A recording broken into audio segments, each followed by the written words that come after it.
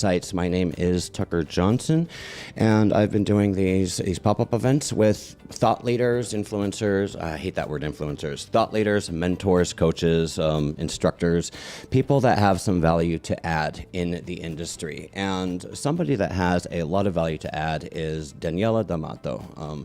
Daniela, you are the operations director over at Creative Words over in Italy. Yes. Tell us a little bit about that. Like I've been working with you for a while now, but tell us a little bit about yourself here. Sure. Well, yes, I am the operations manager here at Creative Words. So I basically deal with a bit of everything and nothing at the same time, as I like to say, because I handle all the operations on the whole different departments within the company. So project management, marketing, accounting, the linguistic department, vendor management, a bit of everything, like I said. And I love it.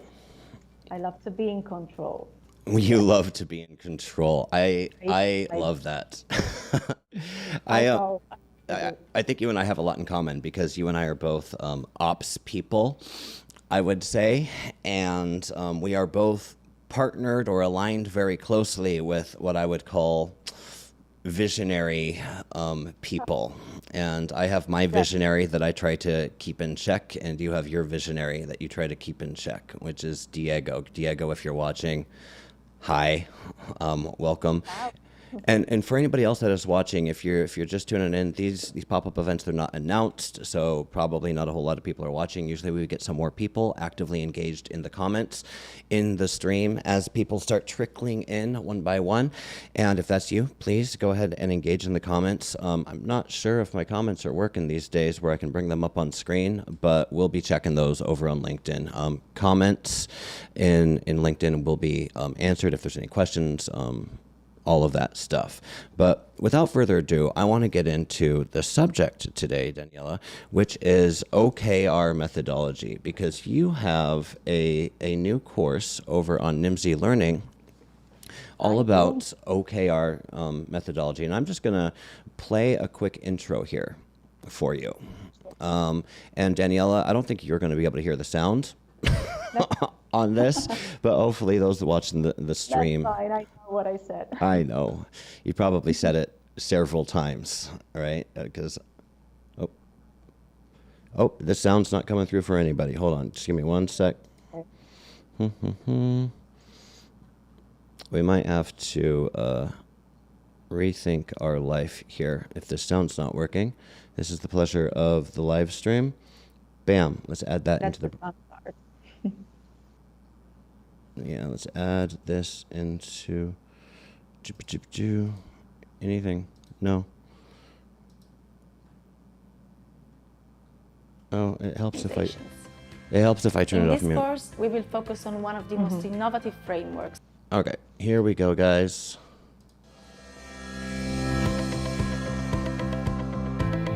Have you ever struggled setting up goals for teams in your own organization? Well, if you did, trust me, you are in very good company, so don't worry, because setting up goals for teams and roles you know very little about can be really daunting. Instead, by hearing real-life examples, we will provide you with the right inspiration to start off with the right foot. My name is Danielle D'Amato, and I'm the Operations Manager at Creative Words, and I will be your instructor for this Nimzy Learning course on how to set up goals for teams in your own organizations.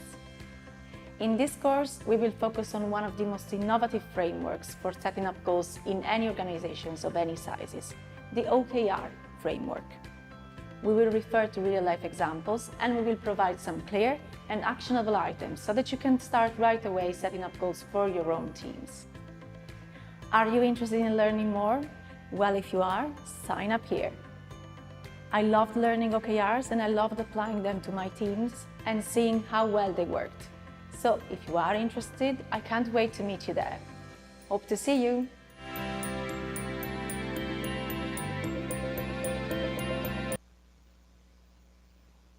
Yeah, I can't hear you now.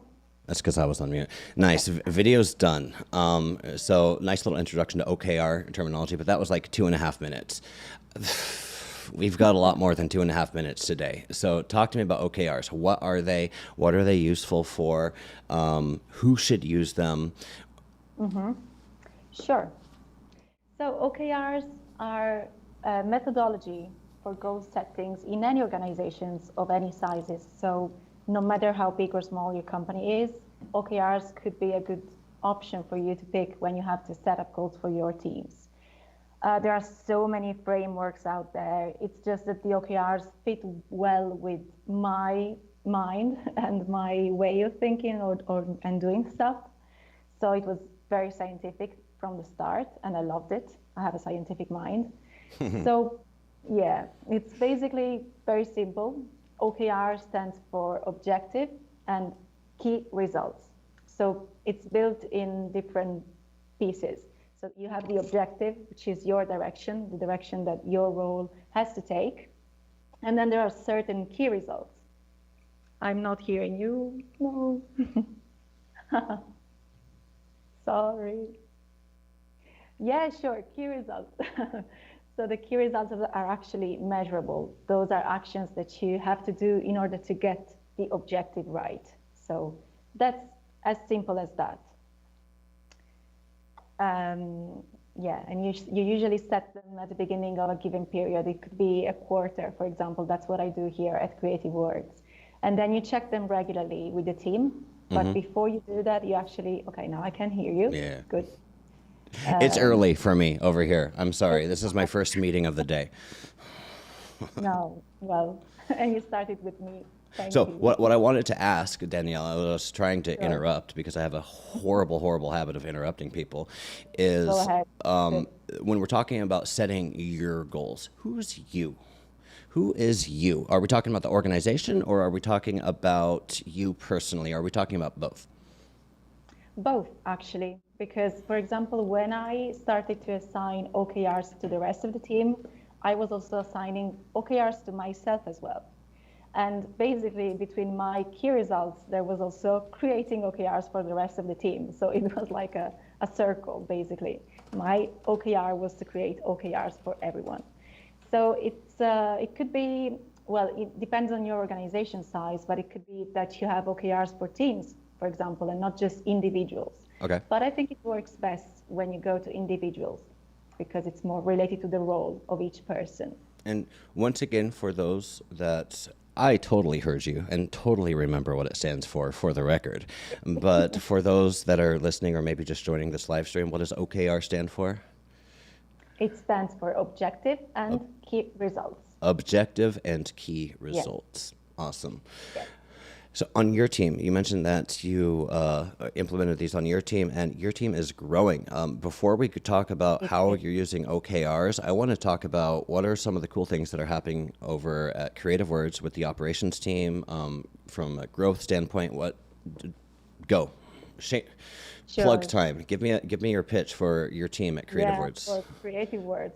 First of all, I like to say that we are an unconventional team. We are a bit crazy, all of us. It just happened. Everyone is crazy at Creative Words. And we've grown a lot over the past few years. Tucker knows very well this because he has been there since the start, practically.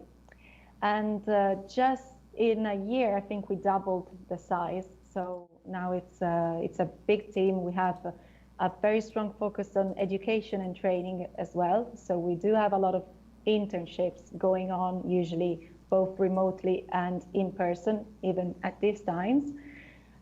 So we keep growing, we keep doing lots of stuff, we keep taking on challenges. We love challenges. So not just projects, just like any project in a broader sense, not just translation projects, like anything, really.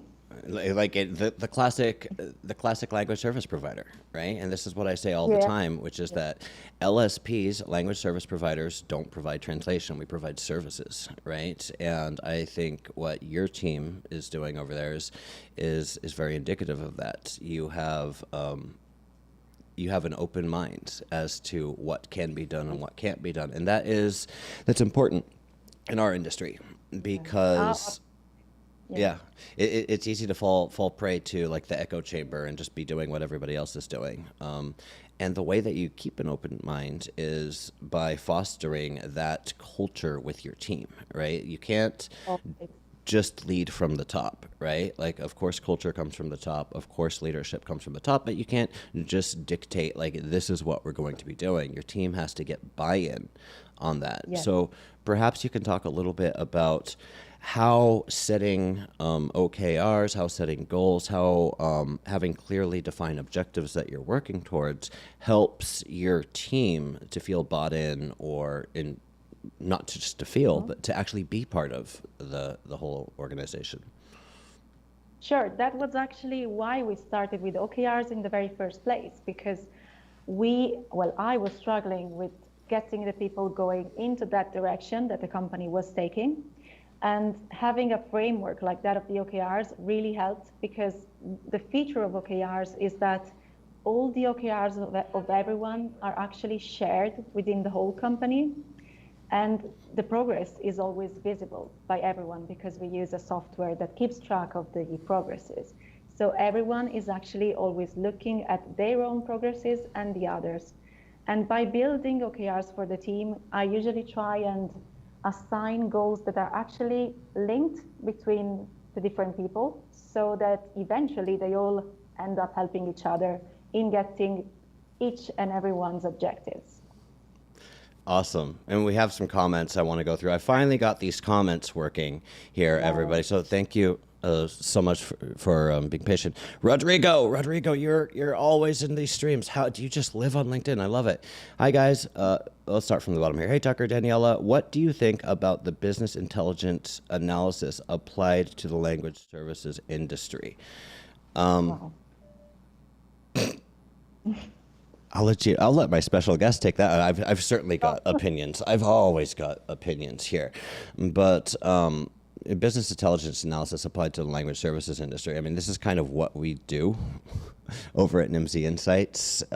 We do market research, market research, consulting, advisory, analysis, specifically for the language services industry. But I hesitate to say that because we do a lot more than that. You know, to Daniela's point earlier, growth-minded, future-minded organizations like Creative Words, like, dare I say, Nimzy Insights, are always kind of looking for the next thing. So nowadays, we actually do quite a bit more than just market research, but that's not the topic that we're talking about here. Topic that we're talking about here is OKR. So Rodrigo, wait, who was that? That wasn't Rodrigo. That was Nicholas. Like I said, I'm still getting these. Blow this up. Nicolas Cagieri. I encourage you, Nicolas, go over and check out some of the research on Nimzy's websites. Daniela, you can Really useful, yeah. You can attest to it. Right. Absolutely. Well, thank you for the opportunity to do a shameless plug. I really appreciate that. Let's look at the other comments here. We got, hi guys, a big fan of OKRs here. Looking forward to listen to her insights. Thank you so much. That is from Rodrigo. If you guys are in the comments, if you're watching, go ahead and drop your questions, comments below. We'll make sure to be getting to those. So, I want to take a moment just to break in the conversation of OKRs here to highlight your course that you've created for OKRs. And to do that, I want to go over here and actually show people where to find it, because frankly, Nimzy's website is going through some user experience revamps right now. So not everything is as findable as I would like it to be, but it is all there. And we are aware of that. So here's the Nimzy's website you have in the background here. And I'm logged in as admin. That's okay. You'll be able to see the stuff that we're looking at here. And if I go to services here, I can go to all services, education and training. Bam, click it. And of course, everything's going to run super slow because I'm streaming to like 15 channels on my poor router right now. Oh, Lordy. I might just skip the line here and go to nimzy.com/courses. You know what? I'm going to do that. Nimzy. Oh, no, my keyboard's not working. Nimzy.com courses. Let's see if that goes any faster. All right, here we go. Now we're lighting education and training. And if we just scroll down here, We got popular workshops. We have some upcoming workshops that are not necessarily e-learnings, but they're like in-person virtual workshops. I encourage you to go check all of those out. And if I go to the course catalog here, I can see all these different courses. We have Daniela's course here. We've got sales strategy courses from Inga Bonin, from Renato Beninato. We got courses from Joseph. We got courses from me. Oh my goodness, from me. More courses are on the way. Our goal is to get people from all over the industry creating content, adding value for the rest of the industry, and to be providing a platform for that. But if I click on this course right here for Daniela, I believe there's a free version. Yeah, price, free. Yes. Look at that. Look at that, guys. So go ahead. Go ahead, and here we have the intro video, and I can just sign up right here, take this course. It's going to ask me to create an account, and then you can take Danielle's courses. How many? How long is it? How many modules? It's 9 videos in total, but one is the introduction and one is the conclusion. So the rest of it are the actual lessons. Nice. But each lesson are quite short, between 5 and I think 10 minutes maximum. So it's not a long course. It's very practical because I actually ask you, well, people taking the course, to do some exercises at the end to build their own OKRs for some of their team members. So that's why. There's exercises involved too. Yes, exercises and small tests at the end of each part of the course. But it's very easy, I can tell you. And you've been doing this not just, I mean, this isn't just something that you put together for Nimzy. You've been using training internally over at Creative Words too, right? We do, yes. Tell us a little bit about that. Platform. Yes, it's been a huge project since 2018. And right now it's intended mostly for students, Italian students, because we have the Italian versions so far, but stay tuned on this. And it's been a huge success. I don't know if it was because of the pandemic, but we've had huge ton of people subscribing and taking the courses. And we teach them everything, the basics from writing a CV to localization to actual translation of video games or anything. And like Nimzy, we have asked people from all over the industry to come and give their support by creating courses for us. And then we also have a community training area, which is private for our translators there. So it's in the same e-learning platform that we have both options for students and our community. Yeah.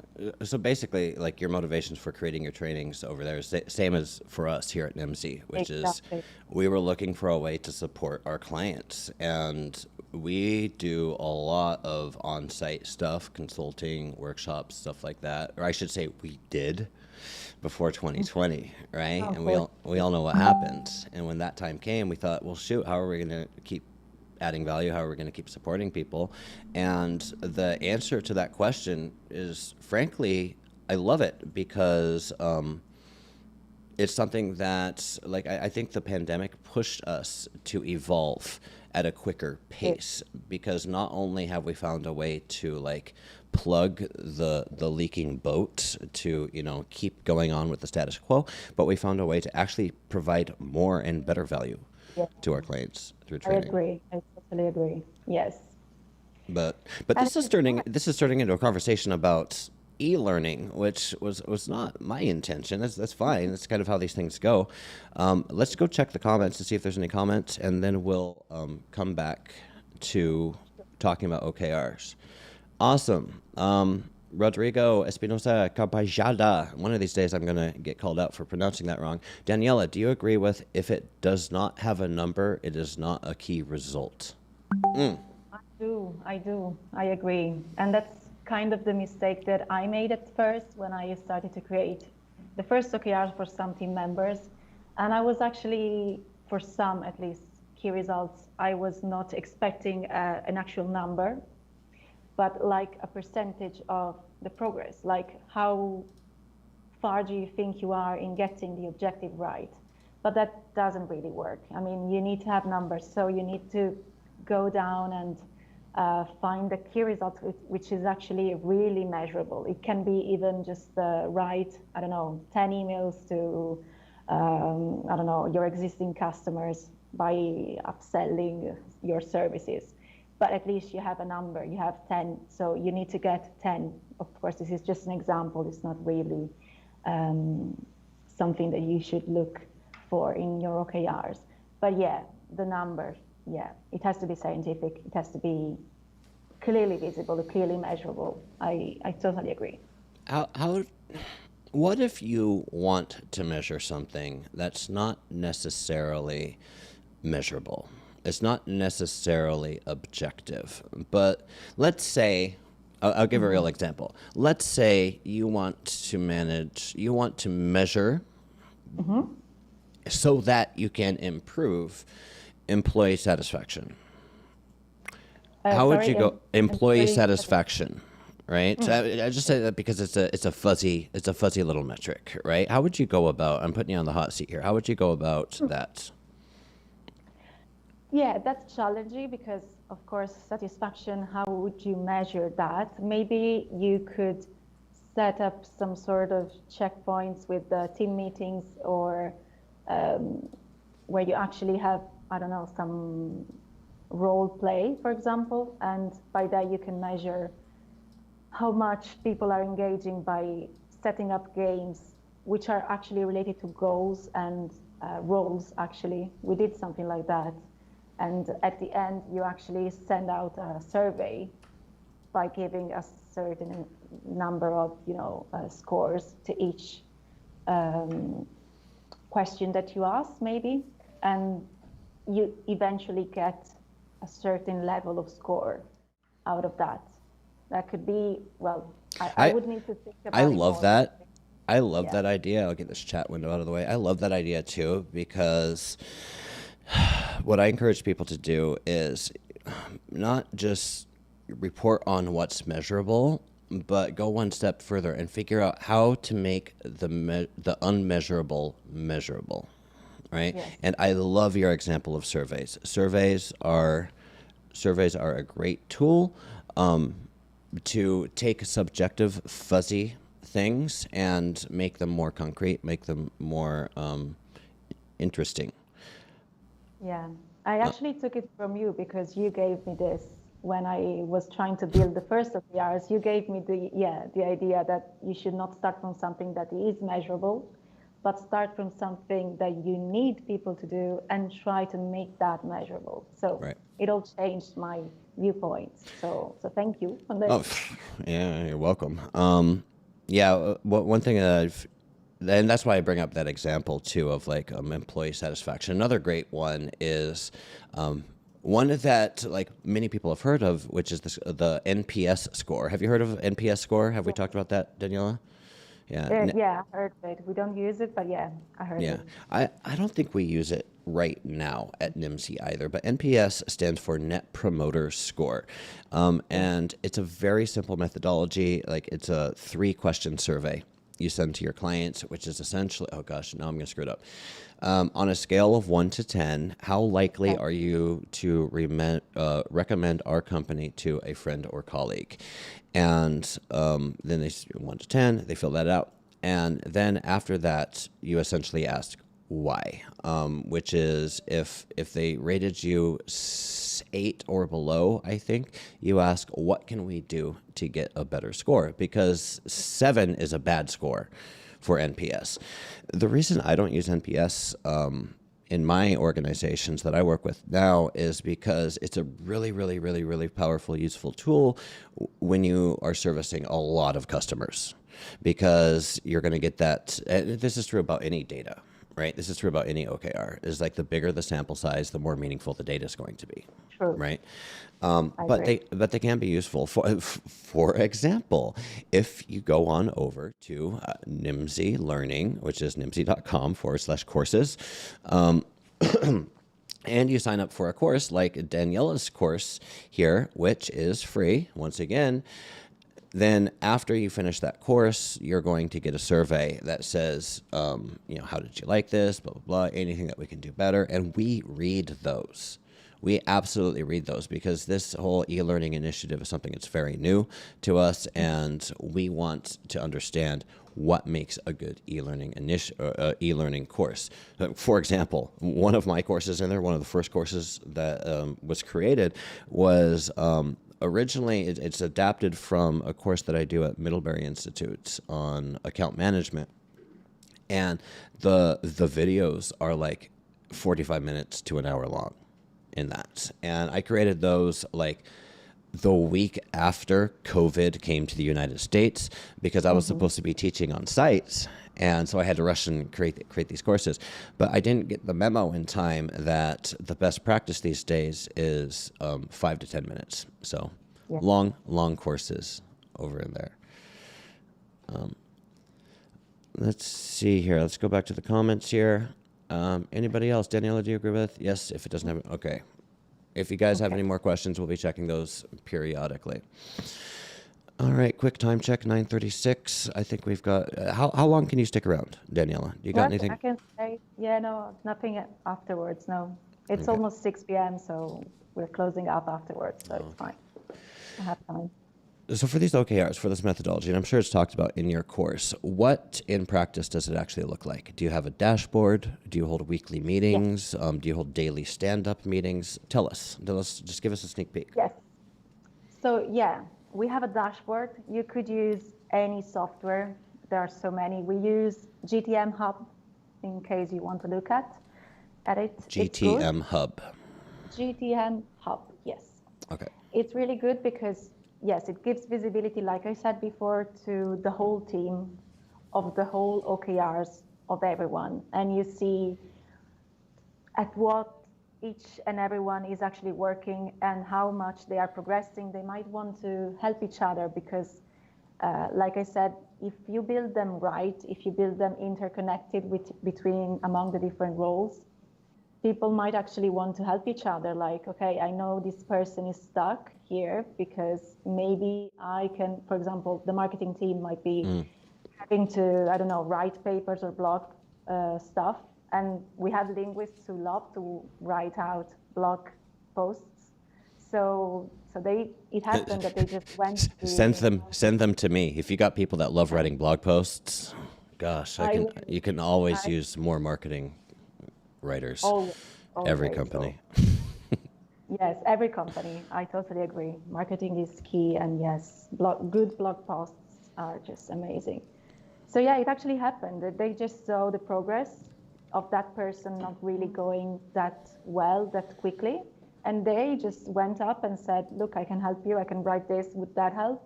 So it was actually working. They were cooperating more. I mean, and they normally do, but instead it was proactive, They would just see it there and they would go about and do it. Well, I think that's the key too, which is I don't use OKR methodology, but I've been trained in like Wig methodology, and I talk quite a bit about it. And I believe it's from Franklin Covey, a part of their 4DX, 4 Disciplines of Execution. That's where I originally learned it, from taking a workshop from Franklin Covey. But there's a lot in that workshop, and not all of it I found relevant to what I do.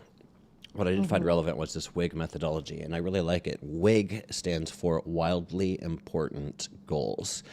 And what it does is it allows us to set organizational level goals, wildly important goals, and then each department can set their goals, each person can set their personal goals, and they all feed up into it. And that's what that's why I like it, because it's scalable. Right. The problem with like a traditional MBO, like management by objective, and some of the more like old school processes is that they're not scalable. Like they're fine, but they still rely upon lots of one-on-ones with managers, and oh boy, one-on-ones, like the best part of the job and the worst part of the job when you're a manager, right? Because if you got 20 people on your team, you can't have one-on-ones with all of them. So you need some way, some structure to be able to provide that feedback for them. Yeah. And with OKRs, yes, we do have meetings. Well, I always have one-to-ones at the beginning when I set OKRs for them, because it's Well, actually the sure, time you have to when, talk to your employees sometime. yes, I mean, always. Once you in a can't while. avoid them forever. They'll find No, you. you can't just go like that and hide. No, yes, but that is crucial at the beginning, because that's the point when you can actually adjust some of the key results. Because I have a linguistic background. I do not know much. I did not know much about marketing or sales myself. So I had to learn stuff. But by talking to actually the people doing the job, they were actually suggesting better metrics, which actually worked better. So that was the time when I would adjust with each and every person, every role, the actual metrics and the key results. Then, yes, it's they just go in the platform. They always, during the period, they just go in and add their progress. And then we have checkpoints. I started by having checkpoints, one-to-one checkpoints every couple of weeks. Okay. But again, that was a bit too much, because like you said, yeah, if you have to do it with 15 people, it can be, 15, 20 people, it can be really time consuming. So I was actually more relying into allowing 3 weeks to 1 month. So Okay. that it was also better for them, because they had time to understand from our one-to-one the direction that they would have had to take in order to adjust, their own direction towards getting the objective right. Because Well, and how much control do they actually have over that, right? Like, how much, like, is this just, well, and I'm sorry if your team's watching this, but is this just like lip service, like, hey, please buy in to these objectives, or do they actually have some agency and authority to contribute to those? No, they absolutely do have the authority. Yeah, that is true. I actually rely on that, especially when I have to create the new OKRs for the next quarter, and especially the team leads. So I talk to them and I try really to go into the details of what each person, we are not a huge team, okay? It's like 15, 20 people. So it's easy to go and think of the single person and what that person has to improve. And then you go and ask them to, if they agree with that, and they usually do, because they know what their weak points are, and they are the ones suggesting even more challenging key results. So it's really nice, because they like it. They like it to be challenging a little bit. It's challenging. It is challenging, but that brings up a really good point. And this is something I argue quite a bit with my founding partner, Renato. How challenging is too challenging? Because, and let me give you some context to the question, because I'm kind of the school of thought. I'm not saying I'm right, but I'm kind of the school of thought that you shouldn't set too ambitious of goals as a leadership team.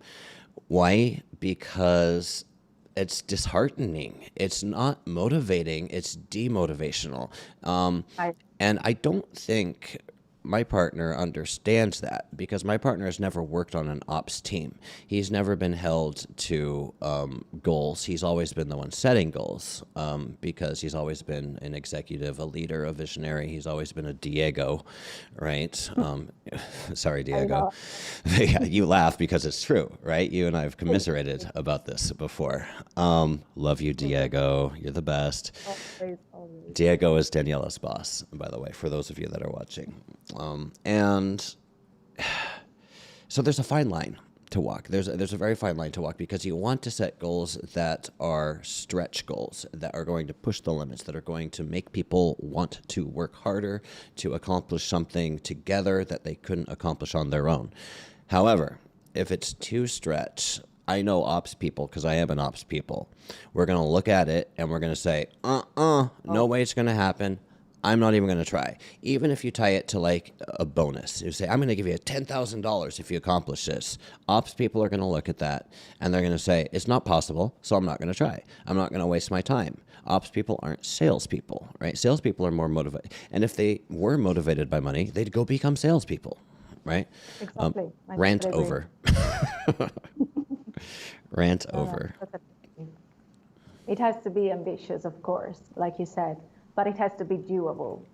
Right. Still, yes, for the OKR methodology, it's actually more into the Renato and Diego idea of aiming for the moon, because they actually say that you should not get the OKRs at 100% at the end of the period that you are setting the OKRs for.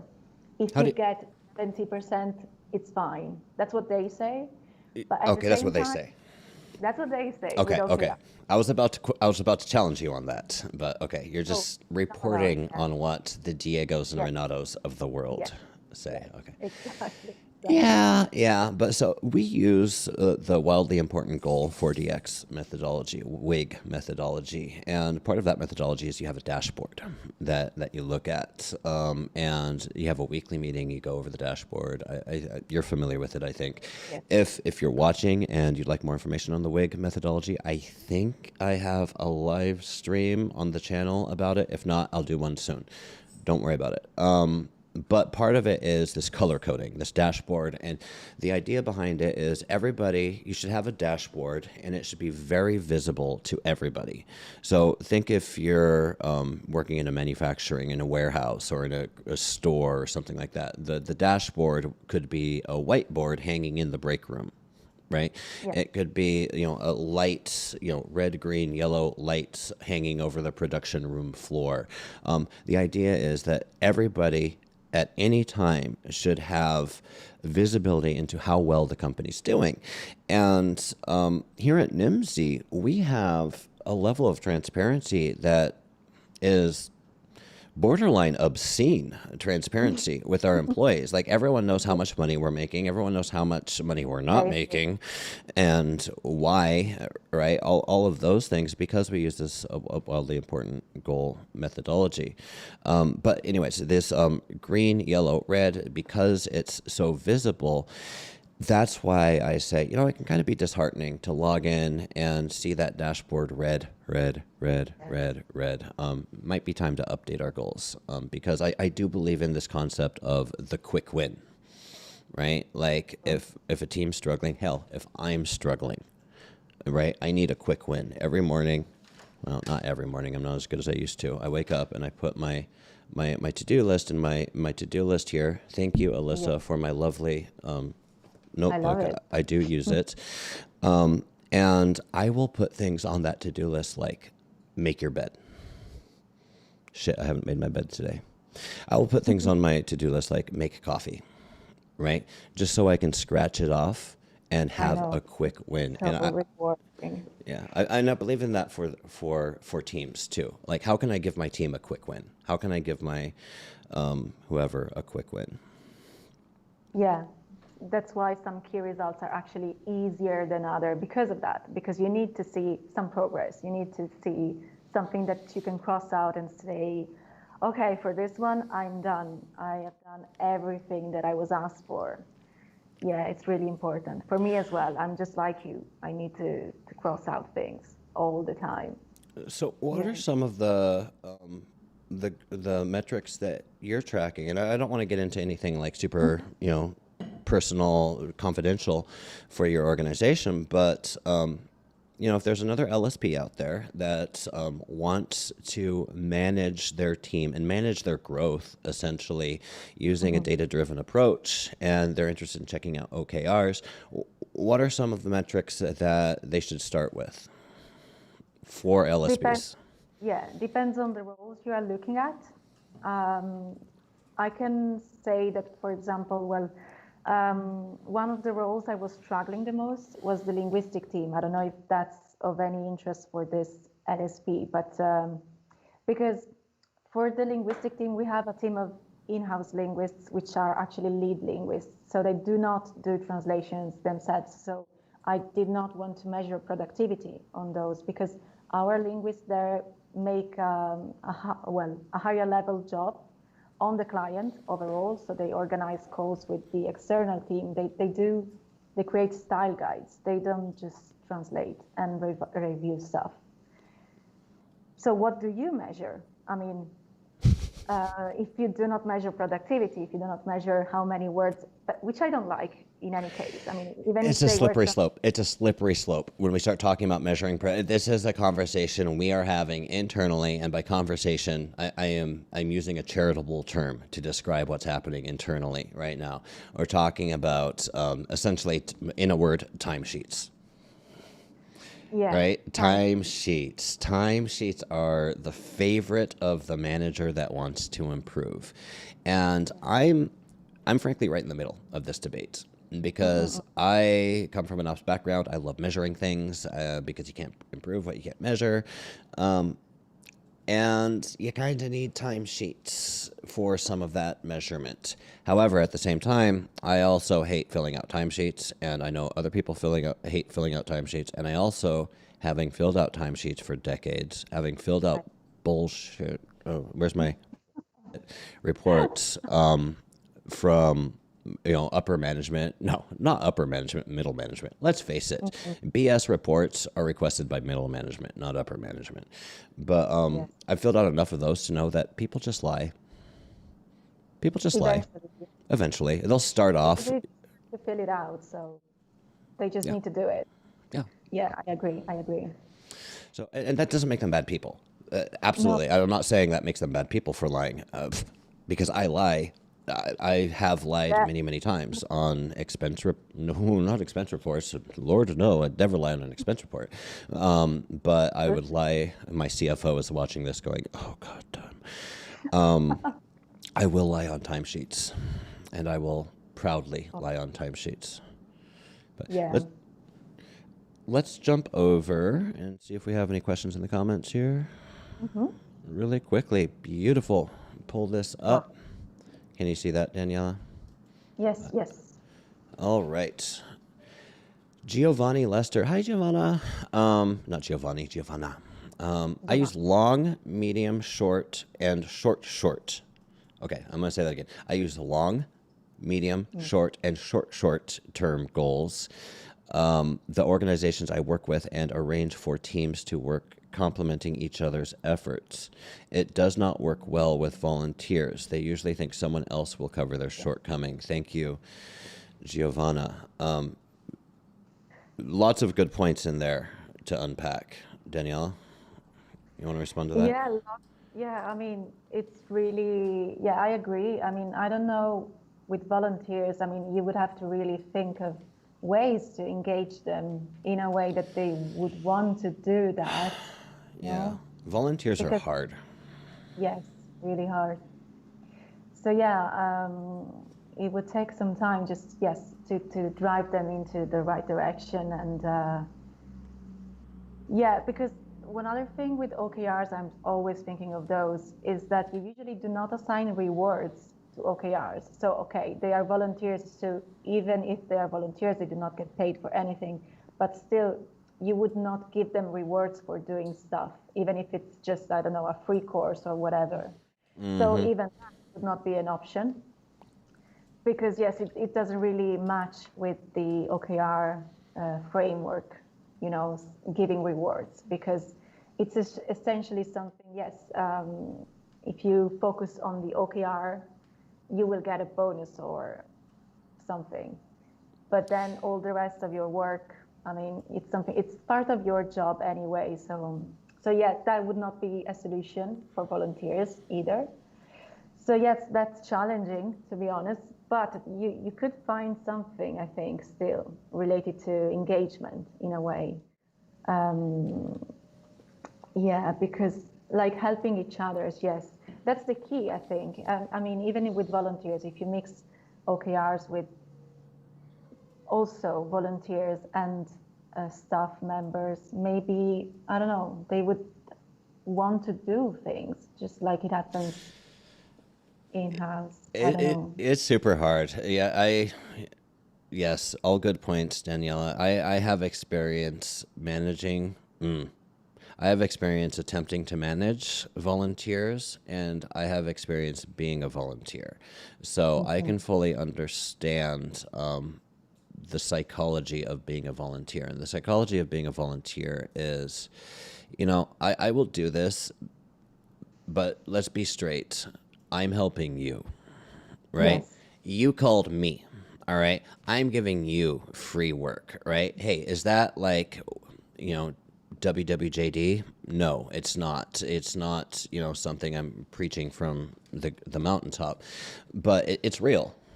It's real, right? So the second it becomes an inconvenience to me or something that's a pain in the butt is the second that I stop doing it or stop caring or stop responding to those emails. And let's be honest, you don't quit a volunteer job, you just stop replying to emails, Yes. right? And that's what happens when you push your volunteers by giving them annoying things like timesheets, right? Volunteers are not going to fill out timesheets. Volunteers are not going to fill out Excel sheets, nor should you ask them to. You're asking a lot from them. You're asking for them to give you your time. And it's your job, I believe, when you're managing a community of volunteers to support them, not necessarily the other way around.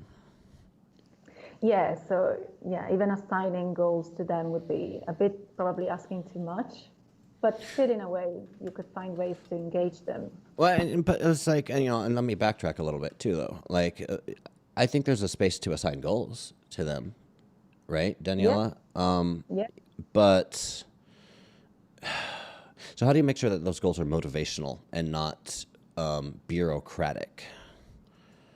Well, for example, I think when you want to, well, for example, something that I did in the past quarter with some project managers was to focus on some personality traits that they would have wanted to change, in relation to their own roles.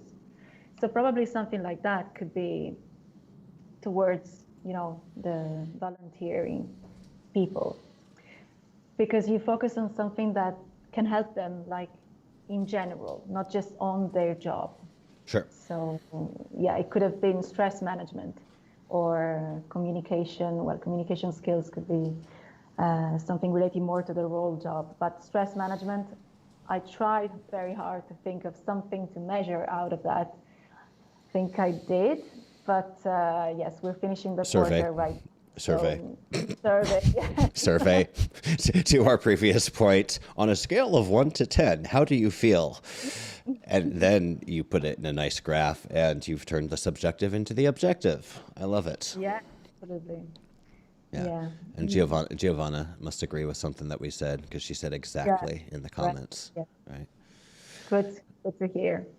Well, I don't want to keep beating a dead horse here because we're coming up on 2 minutes to the top of the hour. As usual, I have no idea how long we have been doing this. I really should become more organized.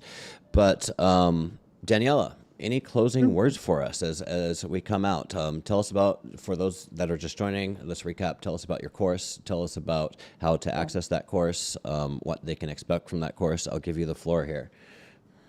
Cool. Okay, yes, if you are interested in learning a methodology for setting up goals for your department, no matter the size of your company, go to Nimzy. You will find it on the training e-learning area. It's a free course. It's quite short. It's 9 small lessons, so go for it. It's really practical. It will drive you into really doing your exercises and building your very first OKRs. Yeah, and I'll second that. Like, you can go and watch some YouTube videos about OKRs. You can go read some blogs. You can do all of that stuff. But what that's not going to get you is the accountability.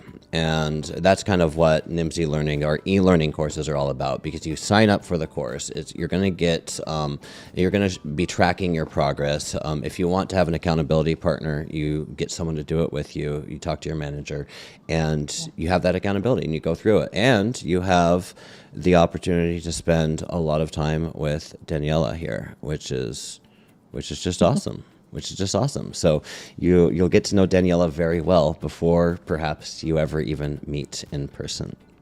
Maybe, yeah. With that, I'll just do a whoops, wrong button. Just a quick update from Nimzy Insights. This live stream is brought to you by Nimzy Insights. We are a market research and consulting company specialized in, but not limited to, the language services industry. We provide all sorts of different services, but most importantly, I want to talk about how you can engage with us. I do these pop-up live streams all the frickin' time. Now I'm doing about several a week and getting all sorts of interesting guests. Started off just me talking to you, but who wants to hear that? That's super boring. So I'm bringing in people, lovely people from the industry like Danielle. Once again, thank you so much for joining me and being part of this live streaming experiment today, Danielle. Thank you. Thank you for having me here. All right. And with that, we'll see you guys next time. Everybody that participated in the comments, thank you as always. We'll see you next time. When that's going to be, don't know.